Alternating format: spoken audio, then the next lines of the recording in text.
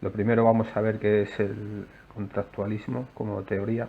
Es una teoría política que surge a partir del siglo XVII y que lo que pretenden es explicar el ejercicio del poder desde el ser humano, es decir, sin apelar a principios divinos.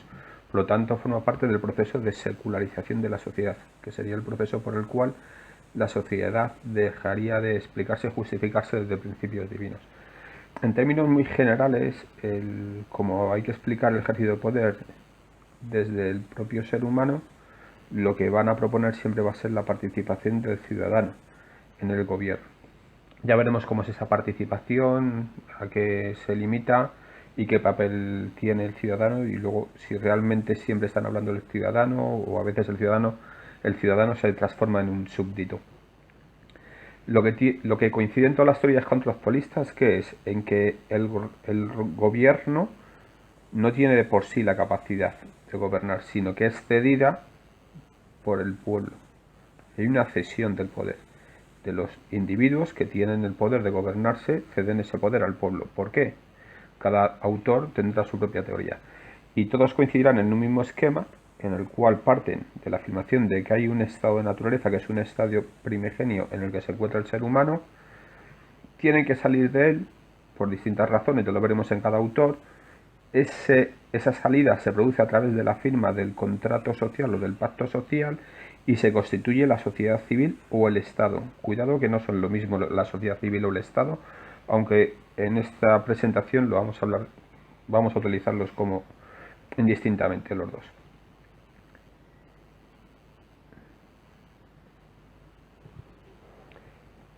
Estas teorías contractualistas lo que plantean es una hipótesis que era la primera que habíamos visto en el esquema del estado de naturaleza, por el cual se considera que el hombre originariamente vive en un estado de naturaleza. Cuidado, que es una hipótesis, ¿por qué? Ya lo veremos. Porque ellos no piensan que eso haya ocurrido históricamente. Es decir, los contractualistas no piensan que históricamente el ser humano haya vivido un momento en el que hayan vivido en un estado de naturaleza en el cual no estuvieran viviendo en sociedad. Eso no se ha dado, pero necesitan plantear esta hipótesis, porque planteada esa hipótesis se derivarán unas consecuencias. ¿Qué es lo que ocurre? Que planteado ese hipotético estado de naturaleza, deciden asociarse con el resto de seres humanos porque les resulta más beneficioso. ¿Cuál es el objetivo? Vivir en sociedad. Y por lo tanto el hecho de vivir en sociedad, que es fruto de una decisión de los seres humanos que toman en libertad. Cuando estamos hablando aquí de los seres humanos no se refieren a que nosotros individualmente hayamos decidido vivir en la sociedad en la que estamos viviendo, sino que partiendo de esa hipótesis en la que el hombre en un momento originario vivía en un estado de naturaleza, ha decidido vivir en sociedad. Por lo tanto, se produce un paso del estado de naturaleza a la sociedad, ¿de acuerdo? Y ese paso se realiza mediante un contrato o pacto social. ¿Qué es lo que ocurre en ese pacto o contrato social? Que se concretan las normas que regulan la sociedad. Se define qué va a ser la sociedad, ¿de acuerdo? Hay una pregunta que cuestiona este planteamiento y sería la siguiente, ¿de acuerdo? Que no es una pregunta que se planteen los contractualistas, pero se la podemos plantear nosotros a ellos. ¿Puede vivir el ser humano al margen de la sociedad? Por ejemplo, Aristóteles consideraría que no, porque Aristóteles considera que el hombre es un animal social por naturaleza. Y David Hume tampoco. Hume critica a los contractualistas, que Hume es un filósofo empirista posterior al contractualismo, porque considera que no podemos encontrar al hombre separado de la sociedad. Por lo tanto, tenemos las teorías contractualistas, tenemos a tres autores, a Hobbes, a Locke y a Rousseau, que son los que vamos a ver en las siguientes diapositivas. Importante lo que ya he comentado antes, no consideran que el estado de naturaleza fuera un hecho histórico, es decir, lo plantean como hipótesis. En función de esa hipótesis, plantearán unas consecuencias en función de las cuales cada uno tendrá una consideración de cómo debe ser esa sociedad que se genera a partir del contrato social. ¿Qué es lo que supone ese estado de naturaleza como hipótesis? Pues supone una reflexión acerca de qué, de la naturaleza humana, es decir, sobre la pregunta de qué es el hombre.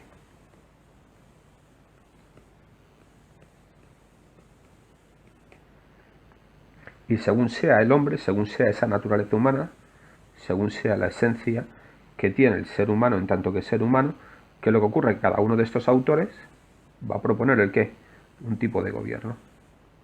Eso lo veremos. No.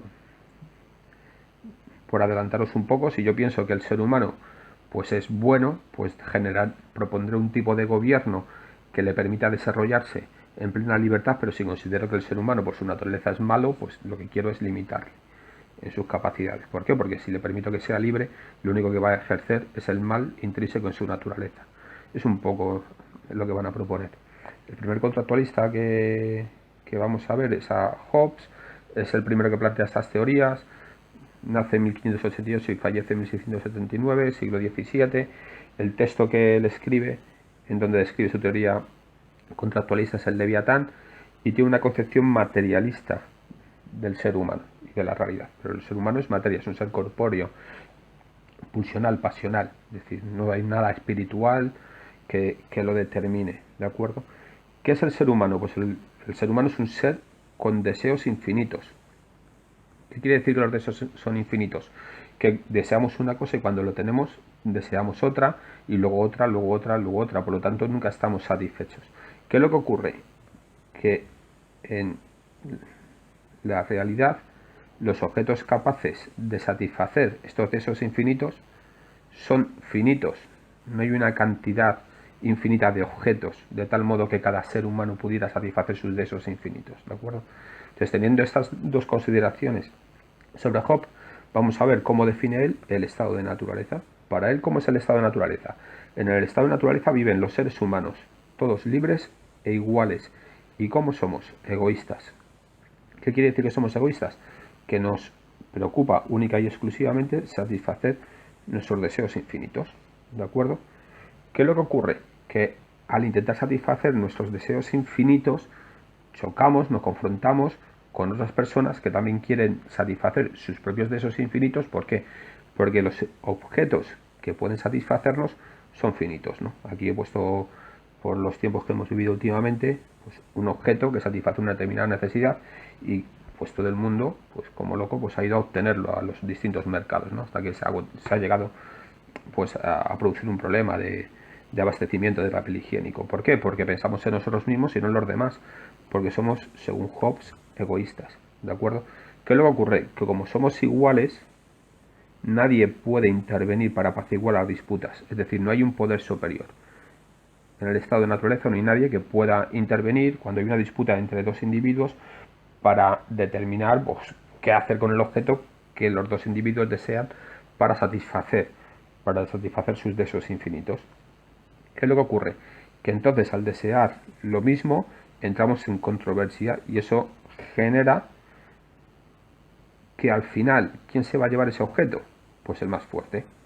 Se genera que todas las disputas se resuelven por la ley del más fuerte y al generarse como ley la ley del más fuerte, lo que vivimos es en un riesgo permanente de ¿qué? De guerra de todos contra todos, donde nadie está seguro. ¿Por qué? Porque el más fuerte siempre va a temer también que los más débiles se puedan asociar y los más débiles asociados van a poder más que el más fuerte. Por lo tanto, nadie vive en una situación de seguridad. Vivimos en una situación de riesgo, esto es importante, el riesgo de guerra de todos contra todos. ¿Por qué es importante el riesgo? Porque no es necesario que exista la guerra. Es suficiente con que exista el riesgo de que se pueda generar la guerra. ¿De acuerdo? En esta situación de riesgo de guerra de todos contra todos, ¿qué es lo que se pone en riesgo? Lo que se pone en riesgo es mi bien más preciado. ¿Y cuál es el bien más preciado que tenemos? La vida. Podemos perder la vida en esta guerra de todos contra todos. ¿De acuerdo? El lema de que podemos encontrar en el Leviatán, que expresaría un poco esta idea, sería la de que el hombre, es un lobo para el hombre. Entonces, como se genera este estado, de naturaleza que nos lleva ¿a qué? A la guerra de todos contra todos. ¿Qué es lo que va a hacer Hobbes? Pues Hobbes lo que nos va a decir es que, dado el riesgo de guerra de todos contra todos, para salvaguardar ese bien más preciado que es la vida, que es necesario salir del estado de naturaleza. Y para salir del estado de naturaleza, ¿qué hay que hacer? Realizar el pacto o contrato. Y a partir de ese pacto o contrato que se genera, la sociedad civil. ¿De acuerdo? Entonces, si partimos de la consideración de Hobbes de que el hombre es malo por naturaleza porque es un lobo para el hombre, ¿de acuerdo? ¿Qué es lo que hay que hacer? ¿Cómo debe ser esa sociedad civil? ¿Cómo se debe definir esa sociedad civil para salvaguardar el bien más preciado que es la vida? Está hablando en última instancia de salvaguardar y generar la vida a través de la seguridad. Eso es lo fundamental de Hobbes. Entonces, ¿qué es lo que debemos hacer? Los individuos, como somos malos, debemos renunciar a nuestro derecho a gobernarse. ¿Y qué debemos hacer con él? Pues dárselo a un poder superior.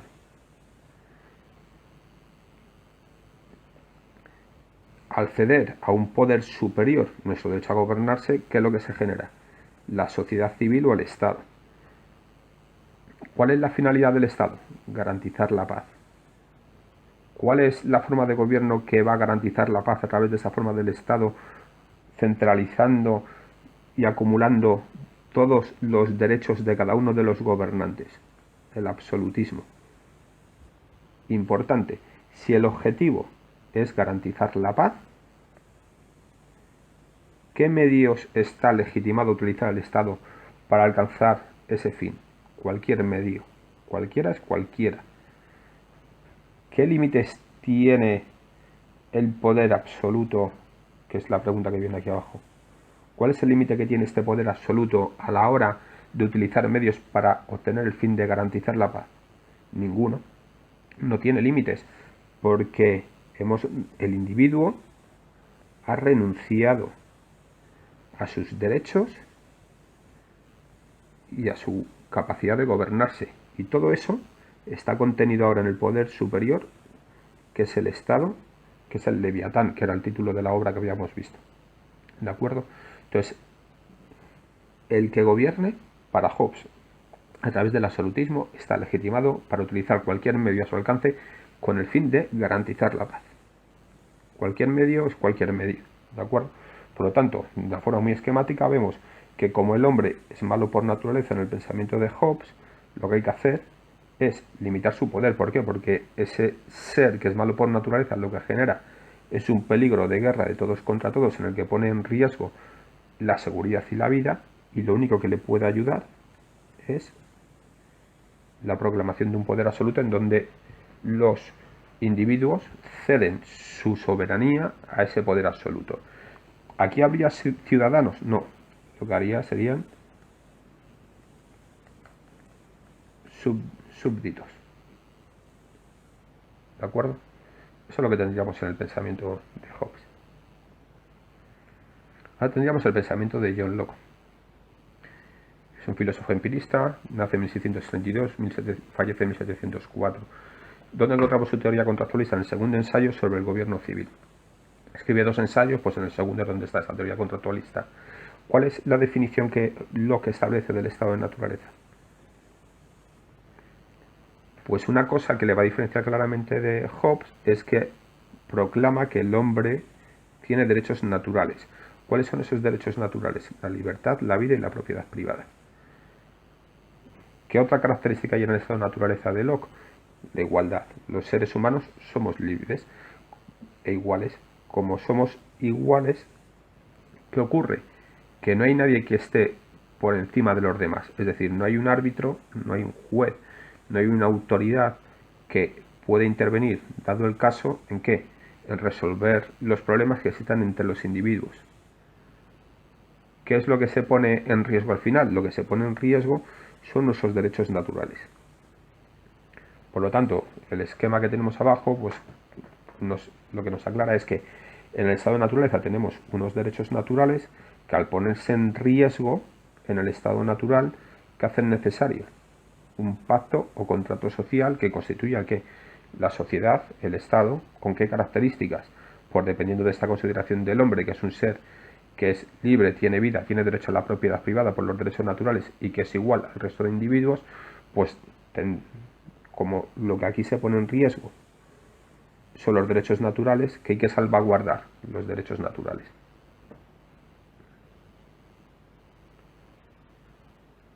Entonces, en la sociedad civil o Estado, que se constituye a través del pacto, ¿qué es lo que hacemos? Los individuos ceden el poder al gobierno. ¿Qué es lo que debe hacer el gobierno? Garantizar los derechos naturales. Hay una consideración del justnaturalismo. El justnaturalismo es una teoría por la lo que viene a afirmar es que el jus, el derecho, se fundamenta en ¿qué? En la naturaleza. Es decir, que tenemos unos determinados derechos. ¿Por qué? Porque están inscritos en nuestra naturaleza. De aquí derivaría, por ejemplo, la cultura de la Declaración Universal de los Derechos Humanos, que piensa que meramente por el hecho de ser seres humanos ya somos sujetos de esa declaración, de los derechos que hay en esa declaración. Volviendo a Locke, como nosotros cedemos el poder al gobierno y el gobierno debe garantizar los derechos naturales, la pregunta que habíamos hecho antes con Hobbes nos la volvemos a plantear. ¿Tiene límites el poder del gobierno? Por supuesto. ¿Cuáles? Los derechos naturales del individuo. ¿El gobierno puede gobernar? Sí, pero para garantizar mis derechos naturales. Eso implica que no puede gobernar en contra de mis derechos naturales. ¿Cuáles serán mis derechos naturales? Libertad, vida y propiedad, que están aquí. ¿De acuerdo? Entonces, volvemos.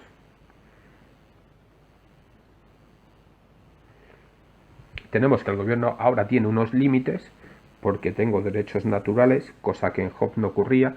Como yo en el estado de naturaleza no tengo derechos, por lo tanto, no hay ningún límite luego en la sociedad civil respecto del gobierno. Ahora, como yo sí tengo unos derechos naturales y me voy a la sociedad civil para que se garanticen y salvaguarden esos derechos naturales, ¿el límite cuál es? Mis derechos naturales. Consecuencia, ¿qué ocurre si el gobierno no respeta los derechos naturales? Pues según Locke, es legítima la rebelión. ¿De acuerdo? Entonces, legitima la rebelión contra el gobierno. En última instancia, pues él considera que es el pueblo quien pone al gobernante y que lo puede cambiar. Y llegado el caso, es legítimo el uso de la rebelión. De hecho, Locke estuvo a favor de la Revolución de la Gloriosa de Inglaterra. ¿De acuerdo? Pues, participó en ella y está a favor de la rebelión. Importante para evitar el absolutismo, la división de poderes.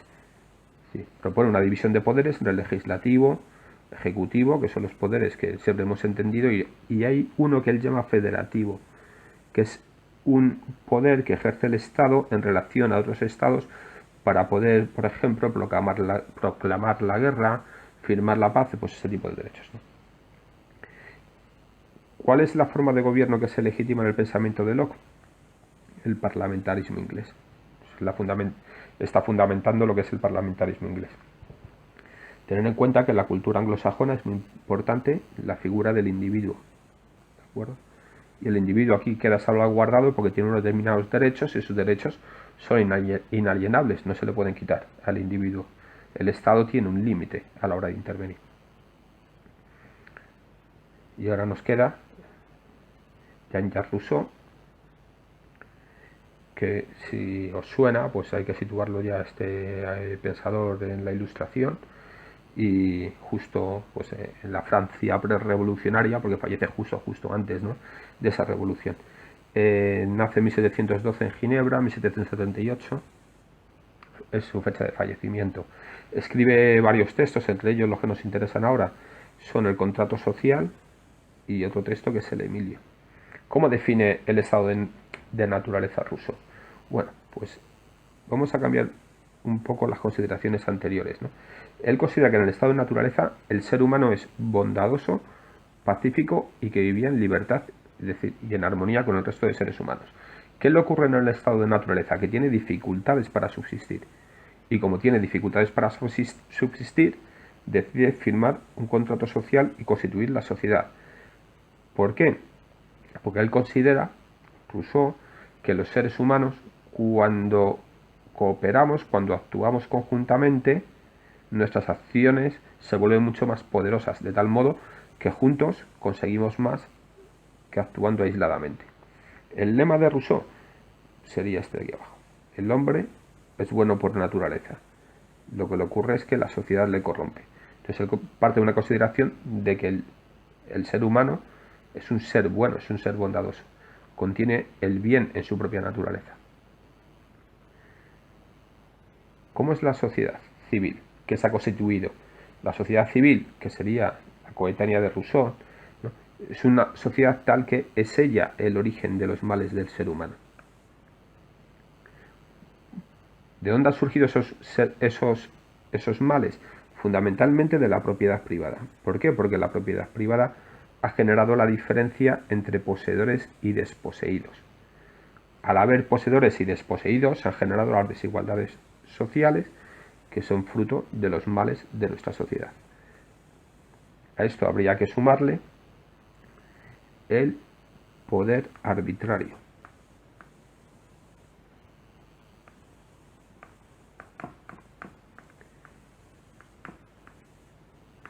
Que sería el ejercicio del poder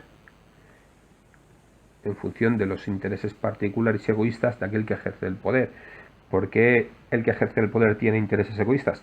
Porque pertenece a una sociedad que ha corrompido su bondad natural. Aquí está en la mente de Rousseau algo que se llama el mito del buen salvaje, que era muy propio de su época, en el siglo XVIII, por lo cual se consideraba que lo que ellos llamaban salvajes, que sería un término un poco peyorativo, ¿de acuerdo? Los salvajes, ellos se están refiriendo a las personas, a lo que hoy llamaríamos los indígenas, a las personas que vivían en la América que se estaba colonizando y que por las noticias que llegaban pues se las describía que vivían en paisajes idílicos, en sociedades muy cooperativas, en donde no existía la propiedad privada, todo era comunal, todo era compartido. Entonces Rousseau considera que esos individuos que él llama el buen salvaje están viviendo más cerca de la naturaleza que las sociedades europeas y por lo tanto son sociedades más bondadosas y con mejores valores que las sociedades de su tiempo. Nosotros esto lo podríamos pensar un poco en el sentido de que tendemos a aceptar que en los entornos rurales las personas son más bondadosas, son más solidarias con sus semejantes que por ejemplo en las grandes urbes, donde la gente es más anónima y te resulta mucho más complejo conseguir ayuda si tienes un determinado problema, dado el desconocimiento y la desconfianza en la que vivimos constantemente, ¿no? Eso, los entornos rurales, pues no tiende a ser así. La gente se conoce, es más cercana, se ayuda más entre ellos. Pues seguimos con Rousseau. Entonces, ¿qué es lo que va a proponer? Lo que va a proponer es como tenemos el estado de naturaleza, se firmó y se generó una determinada sociedad que ha corrompido la naturaleza humana, lo que hay que hacer, que es un nuevo pacto social. Que nos haga ¿el qué? Que nos permita acercarnos ¿a qué? A la naturaleza. Es decir, no se puede volver al estado natural, al estado de bondad natural, pero lo que sí podemos hacer es acercarnos a él. ¿De acuerdo? Para ello, ¿qué hay que hacer? Transformar la sociedad generando ¿el qué? Generando leyes justas. ¿De dónde tienen que surgir esas leyes justas? De una asamblea. ¿Formada por quién? Por todos los individuos afectados, por todos los que formamos un determinado grupo social. De esa asamblea, ¿qué es lo que va a surgir? Va a surgir algo que Rousseau llama la voluntad general. La voluntad general sería algo distinto de la voluntad particular o de la suma de intereses o voluntades particulares. ¿Por qué? Porque la voluntad general es aquella voluntad que busca el bien común. ¿De acuerdo? Si la voluntad general busca el bien común, cualquier otra voluntad que no coincida con la voluntad general, ¿qué es? Pues una voluntad particular, y como voluntad particular lo que busca es un interés privado, particular y egoísta. ¿De acuerdo? Entonces todo aquello que no esté conforme con la voluntad general, en tanto que busca el interés privado y egoísta, pues algo rechazado por Rousseau. ¿Qué es lo que ocurre? Que como cada individuo forma parte de la asamblea de la que surge la voluntad general, aquello que determina la voluntad general ha surgido de la asamblea en donde está cada individuo y por lo tanto todas las leyes, todas las decisiones que surgen de la voluntad general, a su vez también han sido asumidas por cada uno de los individuos, de tal modo que con la voluntad general cada individuo se obedece a sí mismo. Es decir, se obedece a sí mismo, ¿por qué? Porque el individuo está siguiendo las leyes, las normas que se han decidido en aquella asamblea de la que él forma parte y de la que ha surgido esa voluntad general, de la que emanan las leyes justas que buscan el bien común. ¿Esto qué implica? Pues implica una determinada visión del gobierno, por la cual el gobierno, ¿qué son? Los mandatarios del pueblo, son sus portavoces. ¿Qué es un portavoz? Alguien que porta una voz, pero que no puede tomar decisiones por sí mismo. ¿Por qué? Porque las decisiones las toma la asamblea, de la que emana la voluntad general, que es la que se preocupa por el bien común. Cualquier otra voluntad lo que hace es preocuparse por el interés privado y egoísta, suyo personal. Por lo tanto, este gobierno, ¿qué le ocurre? Que no puede decidir al margen de la voluntad general. ¿Por qué? Porque estaría introduciendo sus intereses particulares y egoístas.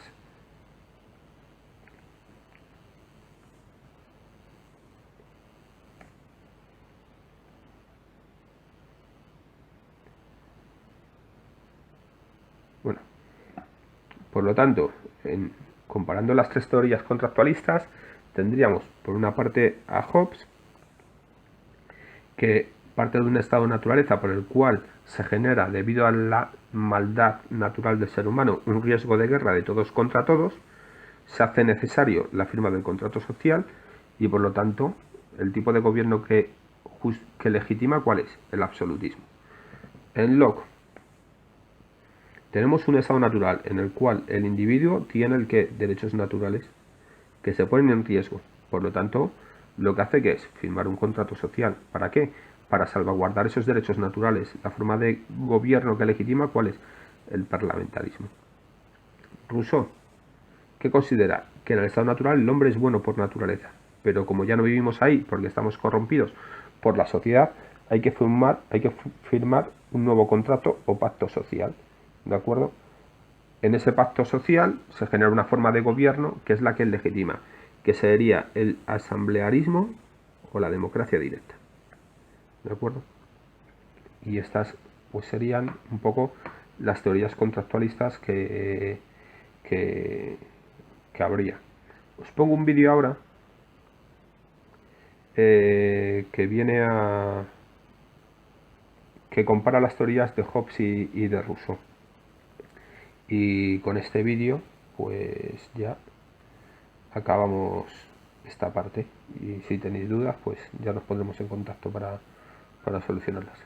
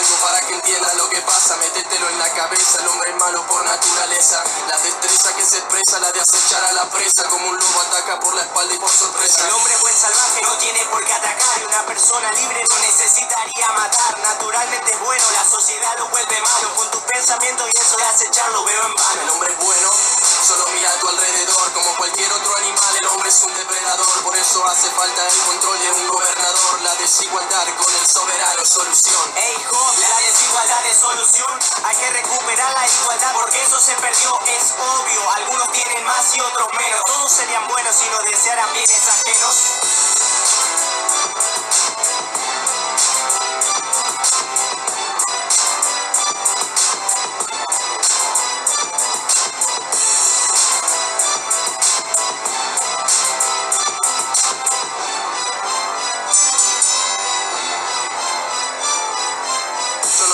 Si no vivo en sociedad, voy a ser preso del impulso de siempre conseguir más. Lo que no tengo lo quiero, si no, no consigo paz. Si vos no entendés eso, el cerebro no te da. Renunciar a ser libre es renunciar a ser humano. Renunciaste, hermano, ahí fue el impacto de mi mano. La única herramienta que tengo es mi cuerpo. Y tu ideal de vida para mí es como estar muerto. Ey, Rousseau, no hay que ser todos iguales. No hay suficiente bienes para nuestras necesidades. Y cuando todos quieren algo, se convierte en una guerra. Te metiste en tu tumba y te estoy echando tierra. Yo soy obediente a mis propias leyes. Con esto hago que tropiece, ya lo hice varias veces. El soberano no protege al ciudadano, lo transforma. Como si fuera plastilina, vos te vengo dando forma. El Estado es leviatán, no lo digo por decir, pero nos va a proteger de la guerra civil. El soberano no transforma al pueblo, lo representa. Este golpe va directo a tu cara para que sientas. Necesitas un leviatán para salvar la humanidad. Y que este monstruo nos protege, no nos hace ningún mal. Y supongamos que exista un monstruo dotado, vos serías la cabeza con cara de tarado.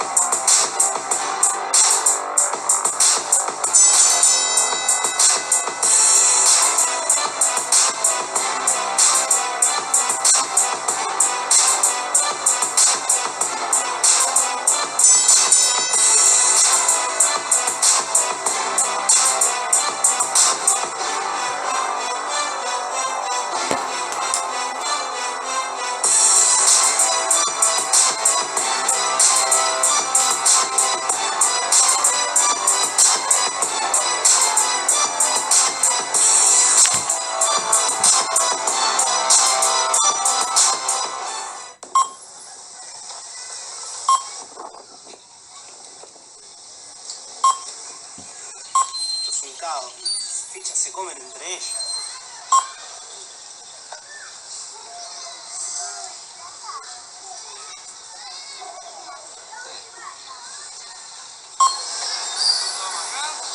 Pero me estás entregando a tu rey. Mi rey no me importa a mí ni yo a él. Jaque mate.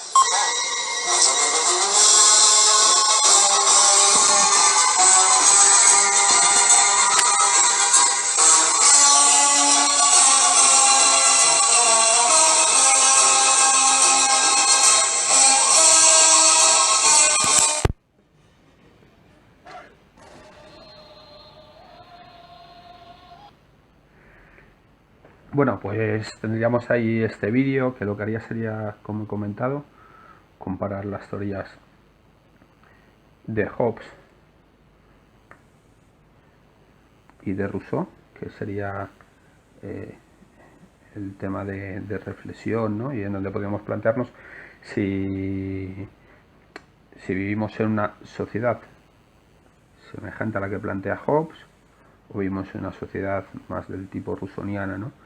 En donde estamos más cerca de una democracia directa, o vivimos en una sociedad en donde tenemos un régimen de libertades más limitado en función de garantizar una paz y una seguridad. Pero bueno, como el viernes vamos a hacer un cuestionario, pues quería aclararos estas teorías contractualistas. Os comenté que os teníais que leer, y junto con habiendo visto el vídeo de Naomi Klein, pues haremos algunas reflexiones, o tendréis que hacer algunas reflexiones en ese sentido, en el documento que os comparta. Y nada, a cuidaros todos mucho.